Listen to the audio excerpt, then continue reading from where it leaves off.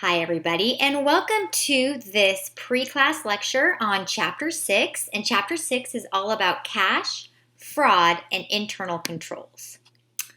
So where we are in our course is we are still doing our tour of the balance sheet, and we are still in the asset section. We've learned a lot about inventory, which is in Chapters 4 and 5. Now we're here on Chapter 6, which is all about cash. Now, what is cash? Well, sometimes it's kind of obvious, right? It's going to be like those dollar bills or those coins. That is cash. But cash in accounting terms is really anything that represents cash, even if it isn't in that physical form of what we consider cash to be, like the dollar bills and the coins, right? So it can include, the cash in the cash register that a company has. It can include actually cash at the bank. Now, a lot of times the cash we have in a bank, we don't actually see the bills. All we see is the bank statement online that tells us how much cash we have, and it's just a bunch of numbers. But those numbers do represent cash, even though it's money at the bank. Cash is also in the form of checks. So a lot of companies pay by check, and that check represents cash, even though it's not cash bills as we think about it. And actually, cash can even be in the form of short-term investment. So for example, like E-Trade accounts or things like that, where you can very quickly and easily buy and sell investments such as stocks.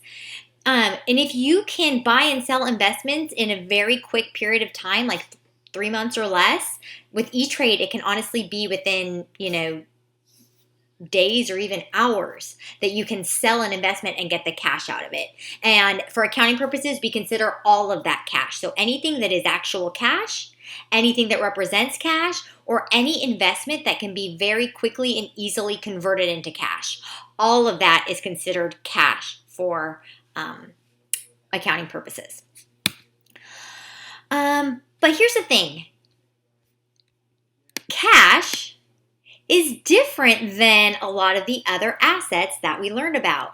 Cash, by the way, is at the top of the balance sheet because it is the most liquid, okay? That term liquid means ability to turn something into cash, okay? So we list our asset accounts in order of liquidity, meaning how fast can they be turned into cash. Well, cash is already cash. It's the most liquid. And sometimes you might even consider cash to be the ultimate asset, okay? Because asset, of course, means future benefit.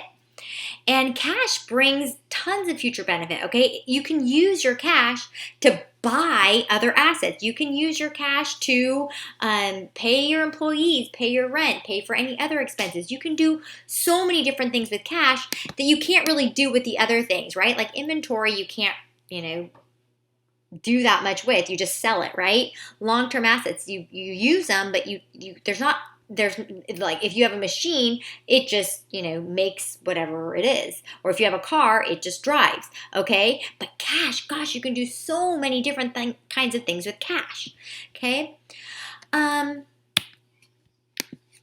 But all of those wonderful things about cash, the fact that you can do so many different things with it, and the fact that you can easily transfer it between different parties, those make cash wonderful. But they also make cash risky, okay? So when we think about our assets and comparing the asset of cash to other types of assets, such as inventory on your store shelf, or a machine, or a vehicle like a delivery truck, cash is a lot riskier than these other types of assets for the same reason that cash is wonderful, right? Because like I said, cash you can use to buy anything. Well, guess what? The company isn't the only one that can buy anything with the cash. Other people can too, right? Employees might want to steal cash so they can use it to pay their bills or go on vacation or buy a fancy car, right? Thieves might want to come and steal your cash, your company's cash, because they can use it for anything that they want to. right? A thief or an employee may not really want to steal inventory, right? Like if you sell a bunch of milk like this grocery store, what is someone going to do with milk? Make a milkshake? There's there's not much they can do with it. Whereas if they steal their cash, there's a bunch of stuff they can do with it. Okay? Same thing with like a machine or a delivery truck. Like, why would someone want to steal those? What are you going to do with it? You can't take a delivery truck and go on vacation with it. I mean, I guess you could, but it wouldn't be a nice vacation, right? These things are not easily transferable too. Like if I wanted to steal a delivery truck, first of all, it's big, it's heavy, it has keys, it's hard to steal. Whereas cash is light, it's small, it's kind of relatively easy to steal. Okay, a machine is big and heavy, it's hard to steal. Even like a gallon of milk, it'd be kind of hard to steal that because it's pretty big. Whereas cash, it's light, easy to carry. And then we would want people, there's that incentive to steal because you can do anything with cash. If I stole any of these other things, I would either have to use it myself or I would have to sell it to get cash to then use it to go on vacation or buy, whatever it is that I want to pay my bills. Okay? So because cash is desired by everyone, it's easily movable and transferable, and it can be used for so many things. Cash is also a very risky asset. So, if you have an asset that is susceptible to theft, you want to protect that asset. Now, the concept of protecting your assets is a concept that falls under the term internal controls. Internal controls, okay? So internal controls, it covers a wide variety of things. But in general, internal controls are policies and procedures that business managers use to protect their assets, to ensure reliable accounting, meaning our accounting records are correct, to promote efficient operations, to make sure there's not a lot of waste, and that could be waste in terms of materials or waste in terms of time, like things taking too long. And internal controls also urge adherence to company policy. So that's making sure that employees follow the rules. Okay. So there's a lot of policies and procedures that a company can put in place to protect their cash and to make sure that cash is accounted for correctly. Okay, to make sure that there isn't a waste of cash and to make sure that all employees follow company policy. Now, what I want you guys to do, and we're going to talk about this more in class, but to get you kind of prepped for class, I want you to think like a business person and think about what internal controls can a company use to protect their cash. And I want you to think about this in terms of, like, for example, if you have a job, what were your employer's policies that were put in place to protect cash? Even if you don't have a job, think about when you have gone to a store and interacted with the business and bought something from a business. What have you noticed? What have you seen? What have you observed? What kinds of things did those businesses have in place to protect their cash? So think about that, and we'll discuss it more in class. Now, one type of internal control that a company can use, that pretty much all companies use, is keeping their money at a bank. Okay? And a bank is great because a bank helps to keep your money safe, right? If it's at the bank has so many different types of controls to keep your cash safe. It's much safer to have your cash at a bank than it is to have it in your cash register. So most companies do keep at least some of their cash, and usually most of their cash, at a bank rather than at the actual site of their business. But even if you keep your cash at a bank, you still have to do controls to make sure that the bank is keeping track of your money correctly. And the control that we use is something called a bank reconciliation. What that means is we look at our bank statement. Okay? For example, The bank, if we look at our bank statement, it says we have $28,000 of cash, okay? Then we compare that to what we see in our accounting records, and we refer to our company accounting records as books, okay? So throughout this chapter and then throughout the whole class, whenever I refer to books, I'm referring to the accounting records, okay? So if we look at our accounting records, here you see a cash ledger, and we look at our cash ledger and we see, wait a minute, these two amounts are different. The bank says I have $28,000, but when I look at my accounting records, it says there's only $26,300. Why are these different? Okay, so what we need to do to make sure and protect our cash and make sure everything is getting accounted for properly is to examine these differences and figure out why they're different. Okay, it might be something that's totally okay, or it might be a problem. So let's take a look at some common differences. Okay, so certain differences are what we call timing differences, meaning it's just a difference in time between when the company knew about the transaction versus when the bank knew about a transaction. Those are things like outstanding checks, deposits in transit, NSF checks, service fees, collection of receivables by the bank, or interest earned. I'm going to talk about all of those in a minute. However, it could also be due to something wrong, okay? That might be like a mistake, which is like an unintentional error, or it could be due to fraud, meaning someone actually trying to steal your money, okay? And we need to examine all of the differences between what the bank says we have versus what our accounting records say we have to determine, are those differences something just normal, like a timing difference, or is it due to a problem that we have to fix or investigate further? Okay. So first of all, let's talk about that first timing difference, which is outstanding checks. Okay. So what happens is this. A company writes a check. Okay. Let's say they write this check on the last day of the month, December 31st. Well, on that day, when they write that check, they deduct the cash from their accounting records. They record a journal entry to show that cash going down. Okay. Then they have to take the cash and the check and put it in the mailbox. Okay? Then the mail carrier takes it to the customer over here. Okay? Then the customer has to take it to the bank. Now, this whole process can be quick. It can take, a day or two, or it can be really long, like weeks or even months I've seen. Because sometimes the customer is like really slow to take stuff to the bank. They shouldn't be. You would think they would want to take the cash to the bank right away, the check to the bank right away, but they don't always do that. So that's one reason for a timing difference, right? I took the cash out of my accounting records on December 31st, but because of the mail being slow, especially due to COVID, because of, our customer taking a long time to actually take the check to the bank, it could take a while before the bank is aware that this check has even been written.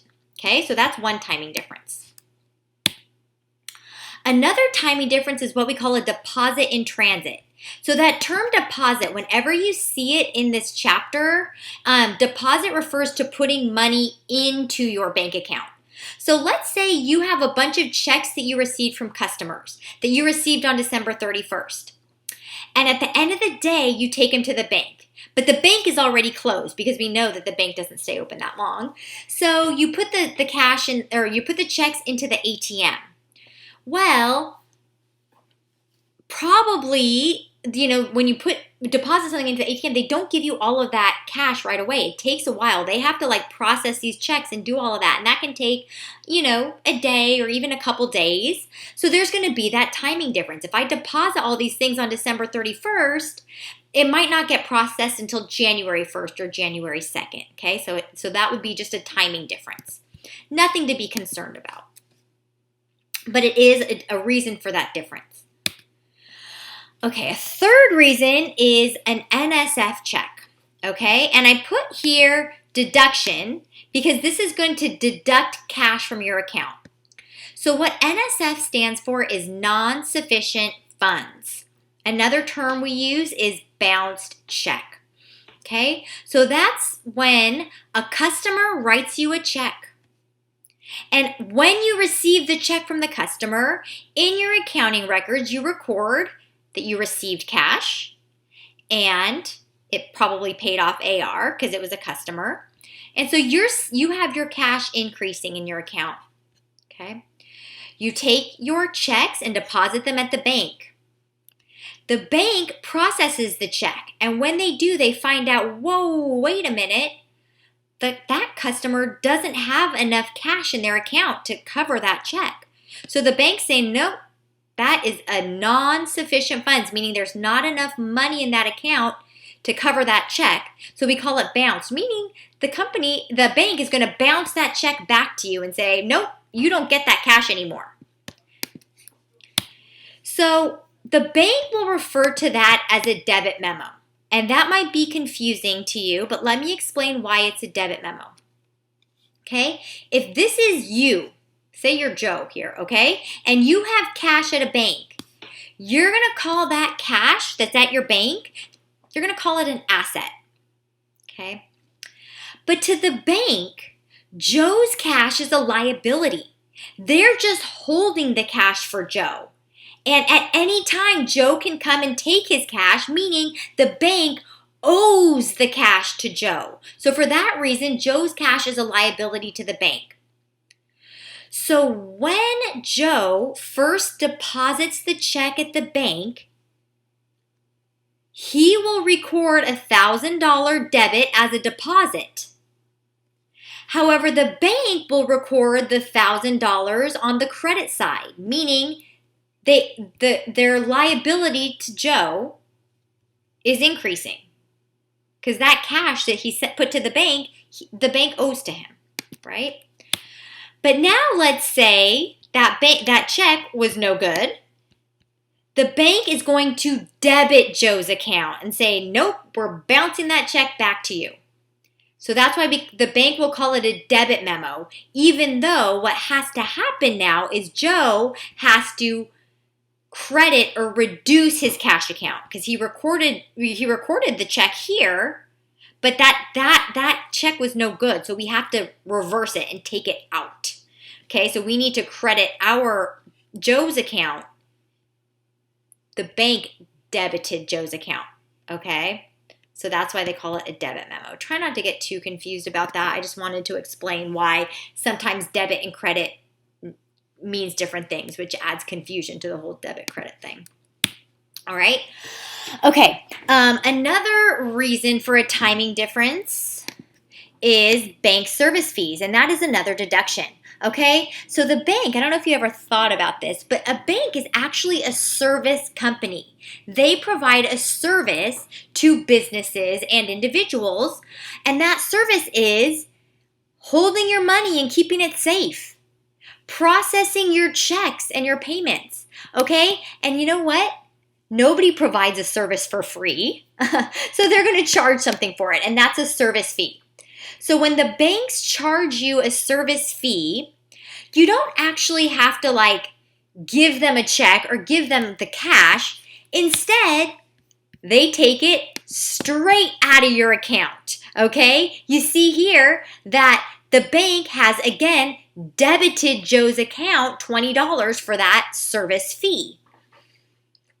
Now, this is a timing difference because the bank knew that they took that money out, whereas Joe may not realize it until he sees his bank statement. Once he sees the bank statement, he's going to go, oh yeah, they took that money out. So now Joe's going to have to record that $20 to make sure that his books and the bank's records equal out. But for right now, there's that difference because the bank knew about that fee before Joe did. Okay, just a timing difference. Joe will record that as a journal entry later. All right. Okay, another timing difference is what we call collection of receivables by bank. So in the last section, I was explaining to you that banks are a service company. They provide a service. Well, one service that they perform for businesses is they will collect checks from your customers and process them. so that the company doesn't have to do that. So remember when we were talking about outstanding checks before, I said, a customer sends you, or you write a check, right? And then you put it in the mail, and then the mail has to go to the guy, and then the guy takes it to the bank. Well, that's a really long process. And so companies are going, dude, I don't want to have to wait that long or have any delays in getting my money. So instead, what some companies do is they work out a deal with the bank and they say, bank, I want my customers to send their checks directly to you. Okay? I don't want to deal with it. I don't want to, have that timing delay of having to take the check to the bank. That takes time. So instead, customers just send the money straight to the bank and the bank will process it for them. Okay? Well, that would be what we call a credit memo, because what's happening is the bank is receiving cash on Joe's behalf. Okay, they're going to have this a deposit coming in. Okay, but the bank knew about it before Joe did. The bank knew first because the customers sent the checks directly to the bank. So the bank knows about it before Joe. So now Joe just has to record that in his accounting records too, which he will do. But at first, it might result in a timing difference between the bank and the books. Okay, another timing difference is interest earned, okay? So another benefit of keeping your money at the bank is that the bank can use that money to invest it and create more money.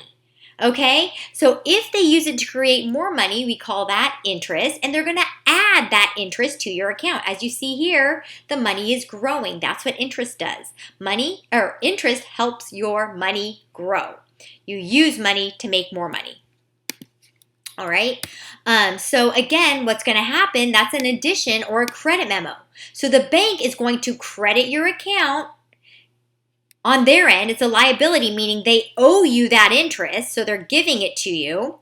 But the bank knew about it first. Joe will learn about it when he sees that difference between the bank and the books. He's going to go, oh, yeah, I earned interest. I better now record that on my books. And that actually would be then a debit on Joe's side over here because he's adding money to his money. Okay, so everything we just discussed there are timing differences, right? And those are all okay. They're just, what the bank knew about it before Joe did, or Joe knew about it before the bank did, but it's all going to even out eventually. These things, are just timing differences.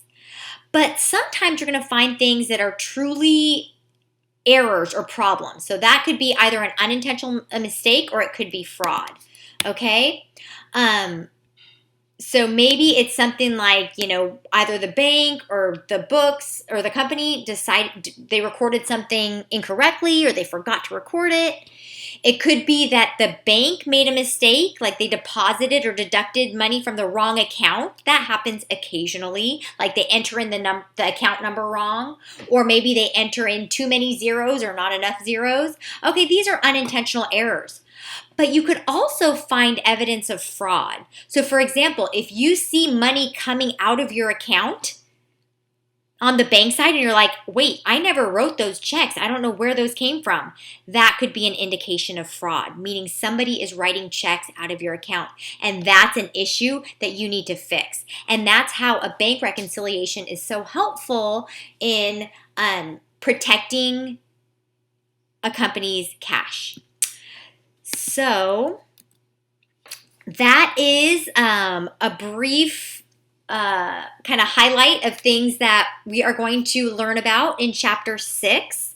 And this is the information that I expect you to know coming into class, because when you come into class, we're going to do more discussions on those topics of internal controls, and we're going to do a bank reconciliation. So it's really important that you understand those definitions and concepts and understand the reason for those differences and what they mean, so that then when we start putting numbers to those concepts, you'll be able to at least know the basics of the terminology. So I will see you guys in class.